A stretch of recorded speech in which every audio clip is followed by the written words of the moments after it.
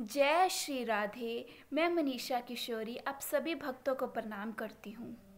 और आज मैं एक ऐसा प्रसंग लेकर आई हूँ जो निंदा पर आधारित है। निंदा यानी चुगली।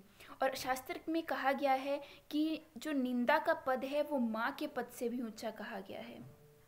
और इसी में एक छोटा सा ये प्रसंग है कि एक समय की बात है, एक राजा 100 अंधे व्यक्तियों को खीर खिलाता था।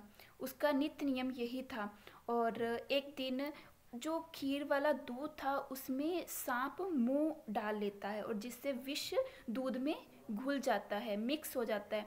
और इसके पश्चात जो खीर खाते हैं जो व्यक्ति वो मृत्यु को प्राप्त हो जाते हैं। और राजा को लगता है कि ये सारा पाप मुझे लगेगा, तो इसलिए वो अपना राजपाट सब त्याग कर जंगलों की तरफ भाग पड़ता है। और जैसे ही वहाँ एक गांव में पहुँचता है तो वहाँ एक रात काटने के लिए उन व्यक्तियों से पूछता है जो चौपाल में बैठे थे। उनसे कहता है कि कोई ऐसा घर है जहाँ पर भगवान के प्रति प्रेम स्नेह हो। तो चौपाल में बैठे व्यक्ति कहते हैं कि हाँ, यहाँ पे एक बहन भाई हैं जो यहाँ पर रहते हैं। तो एक रात के लिए वहाँ पर रुकने के लिए प्रार्थना करते हैं और वो मान जाते हैं।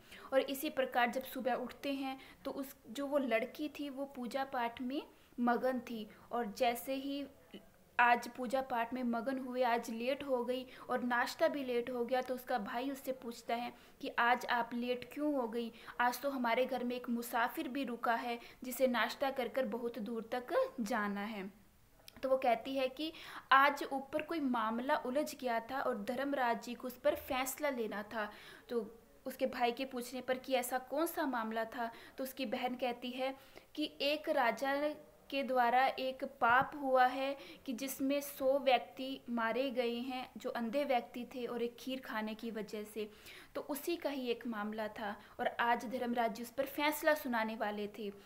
तो अब जब राजा ने चुपके चुपके ये बात सुनी तो उसे दिलचस्प लगी कि ये मेरी ही बात कर रही हैं और वो जानना चाहते थे कि धर्मराज जी ने क्या फैसला लिया है। तो वो कहती है कि आज फैसला नहीं ले पाए, तो राजा एक दिन और रुकने की वहाँ पर प्रार्थना करते हैं। तो वो हंसी खुशी मान जाते हैं।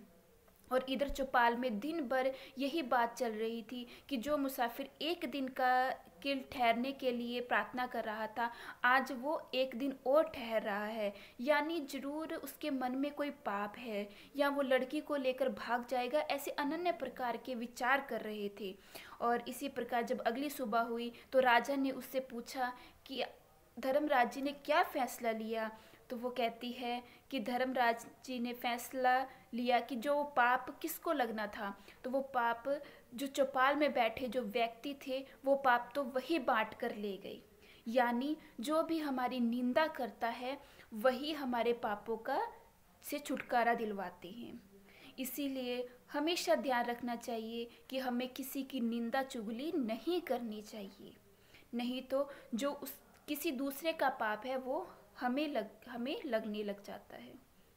इसलिए आप अगर मेरे विचार अच्छे लगे हों तो कृपया इसे ज़्यादा से ज़्यादा शेयर करें ताकि हमारे और भी जो भक्त हैं जो हैं उन सभी तक ये वीडियो पहुँचे और निंदा और चुगली से बचें। जय श्री राधे।